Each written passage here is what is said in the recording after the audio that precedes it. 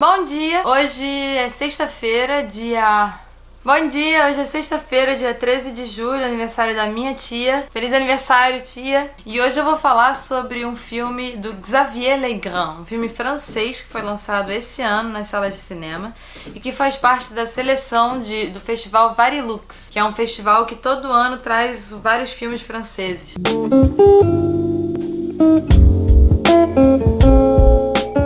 O filme ganhou o Leão de Prata no Festival de Veneza para melhor diretor e um prêmio chamado Leão do Futuro, que é como se fosse um prêmio para um diretor que está estreando um longa. O produtor do filme é o Alexandre Gavras, filho do Costa Gavras, que é um grande diretor de cinema franco-greco, greco-franco, enfim, que fez filmes muito importantes de denúncia social e política nos anos 60 e 70 e continua fazendo. Bom, Custódia é um filme sobre um casal que se separou e que agora está lutando pela custódia do filho mais novo de 11 anos. Eles têm uma filha mais velha de 18 anos, mas isso não entra em questão porque ela já é bem grandinha e pode decidir o que ela quer, onde ela quer morar, com qual pai, enfim.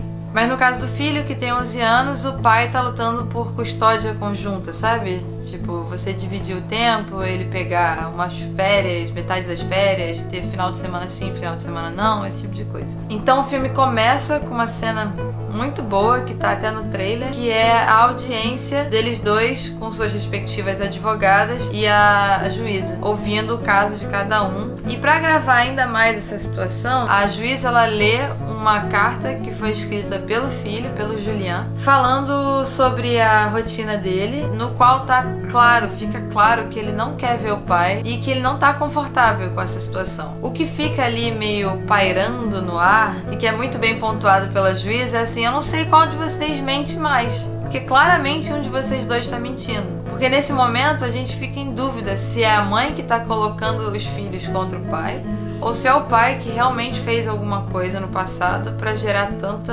raiva, enfim. Depois desse momento inicial, que são os primeiros 10, 15 minutos do filme, você vai entrando na narrativa principal e a princípio você pensa que vai ser um drama tradicional, desses filmes franceses que você está acostumado a assistir e acabar acompanhando uma situação aparentemente mundana, mas que na verdade tem muitas coisas por trás e que você vai acessando os sentimentos e pensamentos daquelas pessoas e é minimalista.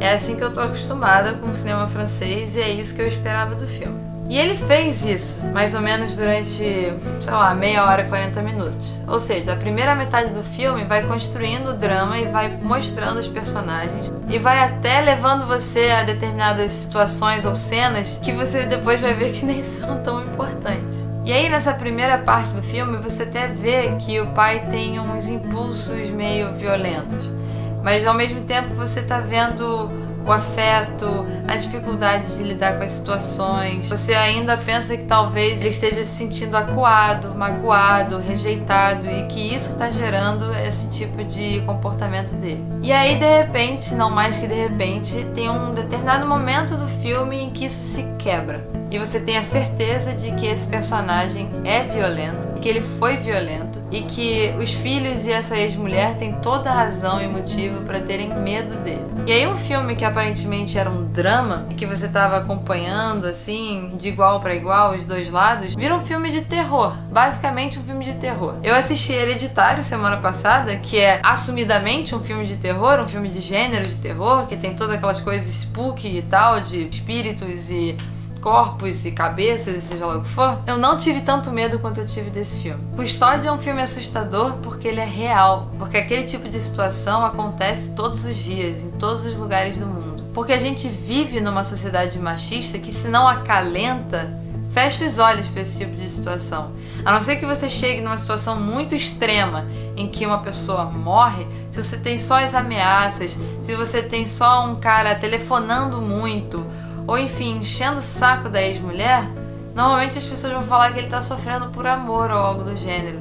Sendo que muitos desses casos acabam se transformando em violência ou até morte. Eu achei esse filme incrível, ele é um alerta muito sinistro e eu acho que ele tem um crescimento narrativo que vai aos poucos entrando por debaixo da sua pele. E ele constrói isso belíssimamente, porque você tem tempo de ir se aprofundando nos personagens e aquela situação aparentemente mundana vai sendo transformada sutilmente através da trilha sonora, através de escolhas de quadros, de planos, através dos silêncios, que são muito importantes. Enfim, as atuações do filme são sensacionais. É muito engraçado porque a filha mais velha, de 18 anos, que é atuada pela Mathilde Honneveux, ela parece bastante secundária. E numa determinada cena, que pra mim é a melhor cena do filme, ela consegue demonstrar através do olhar dela toda a tensão e todo o medo que vai sendo introduzido. Ela tá nesse momento de quebra do filme. Eu chorei, fiquei angustiada, fiquei levando susto, fiquei de olho fechado, todas essas coisas que às vezes você faz durante um filme de terror, porque você não tá conseguindo assistir, porque de certa forma é uma tortura assistir aquilo. Esse filme pra mim foi isso. E me chamou muito a atenção de um filme sobre violência doméstica. Foi mais assustador do que um filme de terror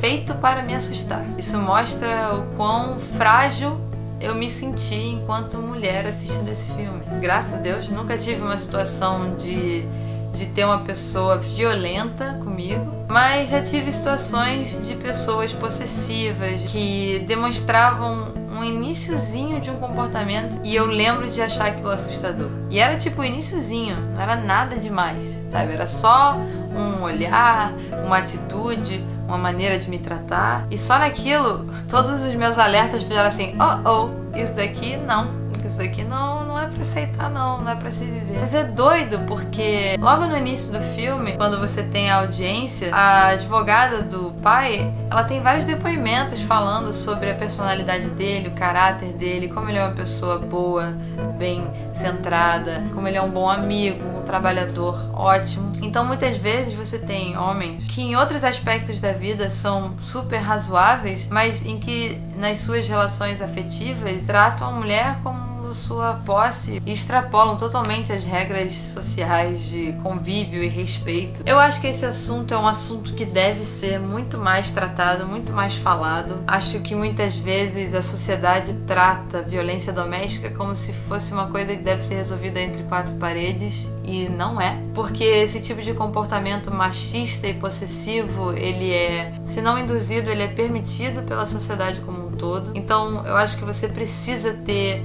um apoio muito maior de todo mundo, não do tipo assim, existe uma lei Maria da Penha? Sim, existe, mas até a mulher chegar a ter coragem a fazer isso, a chegar lá e denunciar o seu marido, você tem que ter familiares, amigos, pessoas na igreja que não vão ficar falando: não, mantenha esse relacionamento porque ele vai mudar, porque ele vai ficar bem. Não, porque a família é mais importante do que qualquer coisa.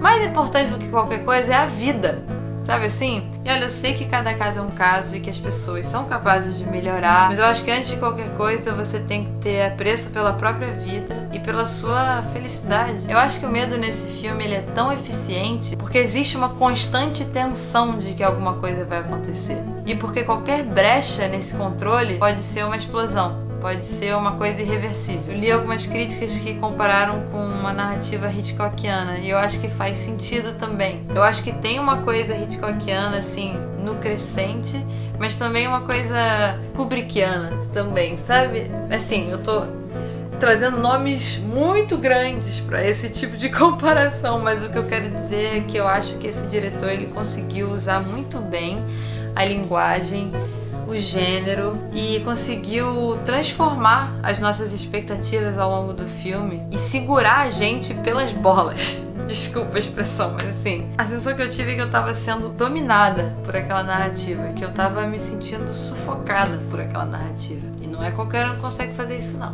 Outra referência também que eu pensei durante o filme, que eu acho que vale a pena dar uma olhada nos filmes deles, são os Irmãos Dardenne. Eles são irmãos belgas que fazem filmes já há bastante tempo. E eles têm o costume de fazer filmes sobre situações também aparentemente mundanas, mas que tem sempre uma tensão constante ou crescente ao longo do filme. Então eu acho que além do Hitchcock e do Kubrick, que foi talvez um pouco demais, os Irmãos Dardenne talvez se assemelhem mais a esse tipo de narrativa. Eu recomendo Custódia, assistam no cinema. e até semana que vem. Bom, se você gostou dessa resenha, por favor, compartilhe, dê o seu like, faça comentários aqui embaixo, assim, ó. Eu não consigo alcançar porque tá aqui embaixo, né, da tela. Tipo assim, eu tô fazendo assim, mas tá, né? Mas enfim, você entendeu. Então, é isso e até semana que vem.